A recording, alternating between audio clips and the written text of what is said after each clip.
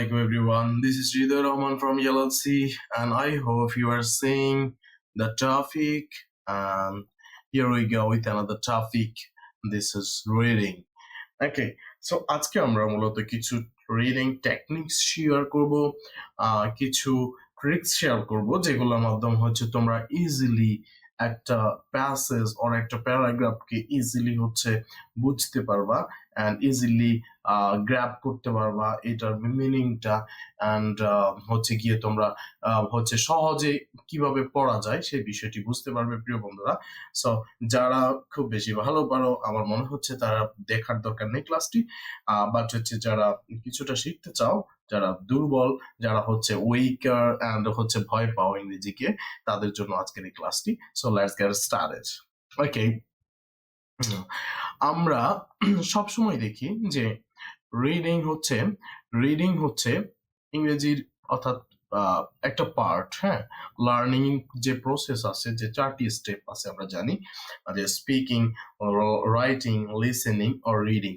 So the most important মানে বিষয় হচ্ছে যে the most important part of learning English learning is reading. Okay, reading ছাড়া দেখো তুমি কখনোই হচ্ছে ইংরেজিতে ভালো করতে পারবে না। রিডিংটা আগে তোমাকে আয়ত্ত করতে হবে, শিখতে হবে, দেন তুমি ভালো করবে। আচ্ছা, এখন বিষয়টা হচ্ছে যে রিডিং বিষয়টা কি আসলে শুধুমাত্র না বুঝে দেখে দেখে পড়া এটাকে রিডিং বলে না। এটা হচ্ছে তোমাকে রিডিং করতে হবে এমন ভাবে যে তুমি বিষয়টা একটা প্যাসেজ পড়ছো, এটা পড়ার পরে এখানে সারফেস থেকে যে সমস্ত তথ্যগুলো আছে তোমাকে পুরোটা হচ্ছে আন্ডারস্ট্যান্ডিং করতে হবে, বুঝতে হবে, বুঝে তোমাকে এখান থেকে তথ্যটাকে সামারাইজ অথবা গ্র্যাব করার মতো ভিতরে তথ্যগুলো নিয়ে নেওয়ার, এটা হচ্ছে রিডিং। হ্যাঁ, সো আমি যে বিষয়গুলো আজকে বলবো এগুলো খুবই হচ্ছে ট্রিকি অ্যান্ড খুবই ইউজফুল, যে কিভাবে তোমরা রিডিং করবে যারা বিশেষ করে হচ্ছে ক্লাস 9 থেকে অথবা 7 থেকে বা 11, হ্যাঁ, ধরো যে ইন্টারমিডিয়েট অর আফটার কলেজ লেভেলে যারা আছো অ্যান্ড হচ্ছে গিয়ে বাট এখনো হচ্ছে তোমার ইংরেজিতে ভয়, তুমি কিছুতেই হচ্ছে ইংরেজিটাকে আয়ত্ত করতে পারছো না। আমি তোমাকে বলবো যে আজকে থেকে তুমি একটা করে প্যাসেজ রিডিং পড়া শুরু করে দাও এন্ড যেই শব্দটা তুমি আটকাবা, যেই ওয়ার্ডটা তুমি পারবা না, যে প্লেসটা তুমি পারবা না, সেটাকে ডিরেক্ট ইন্টারনেটে অথবা ডিকশনারি অ্যাপে সেটিকে দিয়ে দাও, দেখবে তুমি ওই শব্দটা শিখে নাও। এভাবে করতে করতে ডেইলি যদি তুমি একটা করে প্যাসেজ পড়ো, আই হোপ 30 দিন পড়লে তোমার অনেকটা ভালো একটা আন্ডারস্ট্যান্ডিং হয়ে যাবে, একটা ডেভেলপ হয়ে যাবে ইংলিশের। ওকে, সো যে আরেকটা বিষয় হচ্ছে যে ইংরেজির সবচেয়ে গুরুত্বপূর্ণ, অর্থাৎ আমি যদি ইংরেজিকে যদি একটি বিল্ডিং অর একটি মানে হচ্ছে ভবন এইরকম কিছুর সাথে তুলনা করি, তাহলে এই ইংরেজিটা হচ্ছে ব্রিক্স। হ্যাঁ, আমরা ইটের সাথে এটাকে তুলনা করতে পারি, যে ইট দিয়ে একটা করে যেমন করে বিল্ডিং হয়, সো লাইক ইট, যে এইরকম ভাবে হচ্ছে গিয়ে প্রত্যেকটা ওয়ার্ড দিয়ে একটা শক্ত একটা ফাউন্ডেশন তোমার দাঁড় করালে দেন হচ্ছে তোমার একটা বিল্ডিং হবে। That means you will be so good at English. Okay, so let's read a little, see that এখানে দেখছো যে শব্দটা কি, দ্য সিচুয়েশন। হ্যাঁ, তো এই বিষয়টা প্রথমত আমাকে যে একটা ফার্স্ট পার্টে কি আছে, আর্টিকেল, হ্যাঁ, ডিটারমাইনার নির্দিষ্ট করে বলছে যে এই দা, এটি, হ্যাঁ, কি, দা সিচুয়েশন, এই অবস্থাটি। তাহলে এটি যদি হয় দি, আমরা জানি যে পার্টিকুলারলি কোনো বিষয়কে নির্দিষ্ট করে বোঝাতে ব্যবহৃত হয়। হ্যাঁ, তাহলে দি এর সাথে যা কিছু বসবে সেটিকে নির্দিষ্ট করে বলতে হবে। এখানে অন্য কিছু হওয়ার চান্স নাই। যেমন যদি এখানে যদি দ্য ক্লাসরুম হইতো, তাহলে আমি অর্থ বলতাম যে এই ক্লাসরুমটি। এখন এখানে যখন দ্য সিচুয়েশন আসছে, এখানে অর্থ হবে যে এই অবস্থাটি অথবা এই অবস্থা। হ্যাঁ, এই অবস্থা। তাহলে কি বলছে আমরা দেখি পরে কি আসছে। আচ্ছা, এই অবস্থা। এরপরে দেখো ইউ আর ফেসিং, যেটি তুমি মুখোমুখি হচ্ছ, যেটি তুমি মুখোমুখি হচ্ছে, ফেসিং। হ্যাঁ, ইজ কমনলি, ইজ সেটি হচ্ছে, ইজ দ্বারা কি বুঝি আমরা, হয় বা হচ্ছে। ওকে, সেটি কি, ইজ কমনলি নোন অ্যাজ, সেটি সাধারণভাবে পরিচিত, কমনলি নোন অ্যাজ। ওকে, সো এখানে দেখো যে কমনলি বলছে যে কমনলি সাধারণত, নোন অ্যাজ সেটি পরিচিত, নোন সেটি পরিচিত, অ্যাজ সাইবার বুলিং সেটি কি হিসেবে পরিচিত, সাইবার বুলিং হিসেবে পরিচিত। সো আমরা একটা লাইনের অর্থ গ্র্যাপ করতে পেরেছি, একটা লাইন আমরা বুঝতে পারছি কিভাবে আমরা প্রত্যেকটা, এই সেন্টেন্সটা দেখো এখানে ফুল স্টপ আছে, এটা শেষ, এটা এরপরে এই সেন্টেন্সের, এটা কমপ্লিট একটা সেন্টেন্স, ইন্ডিপেন্ডেন্ট একটা সেন্টেন্স। হ্যাঁ, এখানে এখানে অনেকগুলো হচ্ছে ক্লজ থাকতে পারে, হ্যাঁ, অনেকগুলো ফ্রেজ থাকতে পারে, অর্থাৎ এখানে ডিপেন্ডেন্ট ইনডিপেন্ডেন্ট অনেকগুলো সেন্টেন্সের পার্ট থাকতে পারে। বাট মূল কথা হচ্ছে আমি যদি ছোট ছোট করে এভাবে প্রত্যেকটা ওয়ার্ডকে ভেঙে ভেঙে যদি অর্থ করতে শিখে যাই, তাহলে হচ্ছে আমার কোথাও আর হচ্ছে এই প্যাসেজ পড়ার সময় অথবা রিডিং পড়ার সময় আমাকে আটকাতে হবে না। এবং প্রিয় বন্ধুরা, তোমরা মাথায় রাখবা যে বিষয়টা আজকে তুমি পড়ছো, যে ওয়ার্ডটা যেটা তুমি পড়ছো, এটা সারা জীবনে এরকম। ওকে, সারা জীবনে এরকম বলতে এটি, এই যে আমরা এখানে যদি শিখলাম যে কমনলি সাধারণত, হ্যাঁ, কমনলি সাধারণত, তো এই বিষয়টা ইংরেজি বইয়ের অথবা ইংরেজি প্যাসেজের, ইংরেজি anywhere in the text or context or in paragraph or passage or in banner, in যেখানে হোক, পৃথিবীর যে জায়গায় যাক, এই শব্দটা কমনলি অর্থ সাধারণত অথবা সাধারণভাবে এইরকম অর্থ প্রকাশ করবে। কাছাকাছি অর্থ হতে পারে, অন্য মিনিং হতে পারে, বাট কাছাকাছি হবে সেটিও।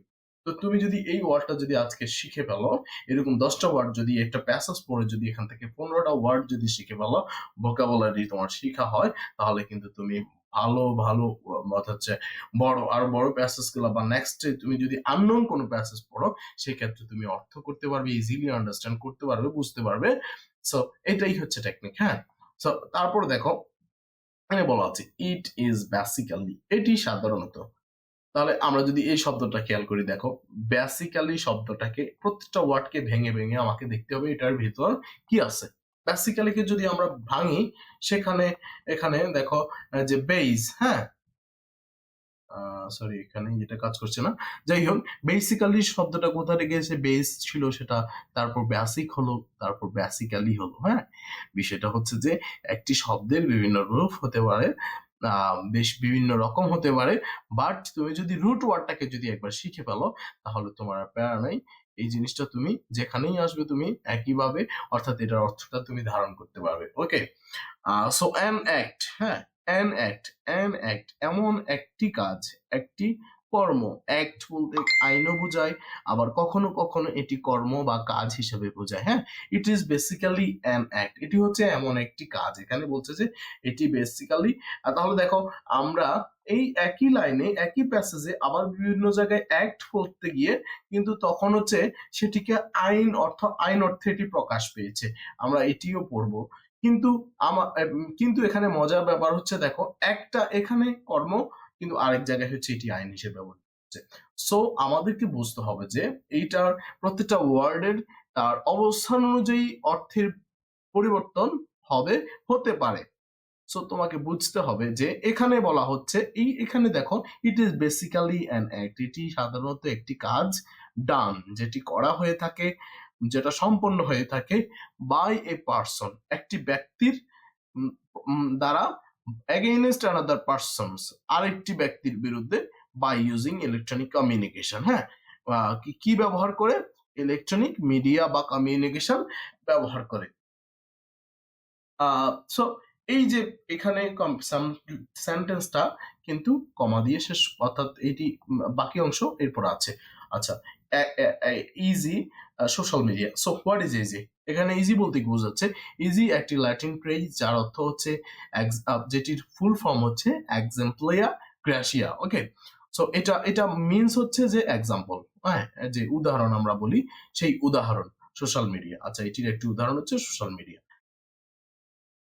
সো এখানে যেটি হোক, অর্থাৎ বিষয়টা হচ্ছে যে তুমি যদি অর্থাৎ ইংরেজিটা যদি একবার যদি এটা পড়ার মানে পড়ার যে মজাটা বের করতে পারো, তাহলে কিন্তু তোমার জন্য ইংরেজি সহজ হয়ে যাবে।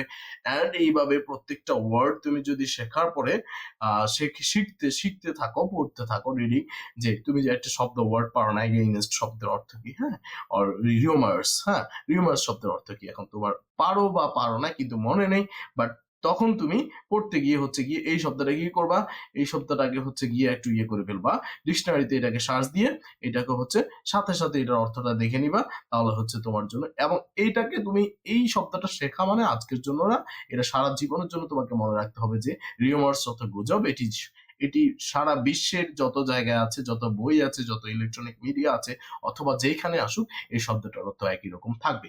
ওকে, সো এই বিশ্বাস নিয়ে তোমাকে এটাকে মুখস্থ করে বলতে হবে। মুখস্থ বলতে কি, রিউমার্স শব্দের অর্থ গুজব, এটা কয়েকবার ব্যবহার করলে তুমি এর অর্থটা তুমি মনে রাখতে পারবে। সো এইভাবে হচ্ছে তোমাকে ছোট ছোট বিষয়গুলো, যেমন এখানে বলা আছে শেয়ারিং প্রাইভেট এম্বারাসিং পিকচার্স, হ্যাঁ, এই কথাটা কিন্তু এটা প্রেইজের মতো করে কাজ করছে।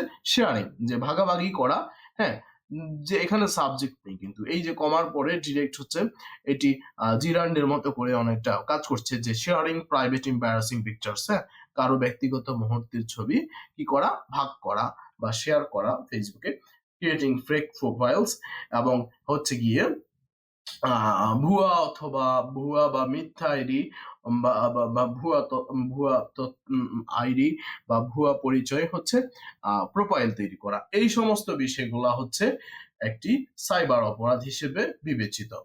সো প্রিয় বন্ধুরা, আমার মনে হয় যে তোমরা এই বিষয়গুলো বুঝতে পারো। And another thing is that, যে আমরা ছোটবেলায় সিলেবল পড়েছি, কেমন প্রত্যেকটা ওয়ার্ডকে, আমার যতটুকু মনে আছে যে ট্রি সিলেবল, ফলো সিলেবল এবং হচ্ছে মনোসিলেবল, মেবি আমি এখন মনে করতে পারছি না ঠিক, বাট এই সিলেবল গুলো, অর্থাৎ একটা ওয়ার্ডকে তুমি যদি ভাগ করো, এই তিনটা ছোট ছোট করে ভাগ করে নিয়েও সেটির বানান উচ্চারণের জন্য পড়া যেতে পারে। তুমি এই যে COMM কম, হ্যাঁ, COM MUNI কমিউ, NI CHIN communication, হ্যাঁ, তো এইভাবে ভাগ করে যদি পড়তে অসুবিধা হয় সেটি দেখে নিবে। আর যদি এর থেকে বেশি সমস্যা হয়, তুমি ডিকশনারিতে ওই শব্দটার প্রনাউন্সিয়েশন সহ তুমি দেখে নেবে, তাহলে হচ্ছে তোমার ওই শব্দ নিয়ে আর কখনো সমস্যা হবে না। এবং এইরকম ভাবে যদি তুমি পুরো একটি প্যাসেজ যদি ডেইলি একটি করে প্যাসেজ পড়ো, আই হোপ তোমার ইংরেজিতে আর কোনো সমস্যা থাকবে না। আসলে হচ্ছে গিয়ে মূল কথা হচ্ছে গিয়ে, মানে হচ্ছে সহজে কোনো কিছু খুব সহজে শেখা যায় না। এটার পেছনে যারা দুর্বল, যারা হচ্ছে উইকার, যারা হচ্ছে এই ইংরেজিটাকে ভয় পায়, তাদেরকে অবশ্যই এটার পেছনে সময় দিতে হবে। এবং হচ্ছে একটা স্টেজে গিয়ে একটু একটু করে সময় দিলে তুমি দেখতে পারবে যে তোমার ইংরেজিটা বেটার হয়েছে, এবং তুমি সেটা দিয়ে হচ্ছে তোমার হচ্ছে সব দিকে হচ্ছে যে তোমার রাইটিং, রিডিং, লিসেনিং, স্পিকিং, হ্যাঁ, এভরি অ্যাসপেক্ট অফ লার্নিং তুমি সেটা দিয়ে তুমি বেটার করতে পারবা। So I hope you guys understand my class and it was easy so to understand। আসলে এখানে খুব বেশি কিছু বলিনি, বাট হচ্ছে যে বিষয়গুলো বলেছি, আই হোপ এতটুকুকে যদি ধারণ করে তোমরা যদি কাজ করো, যদি তোমরা এটাকে ফলো করো, আই হোপ তোমরা ভালো করতে পারবে। and till then, আল্লাহ হাফিজ, আসসালামু আলাইকুম।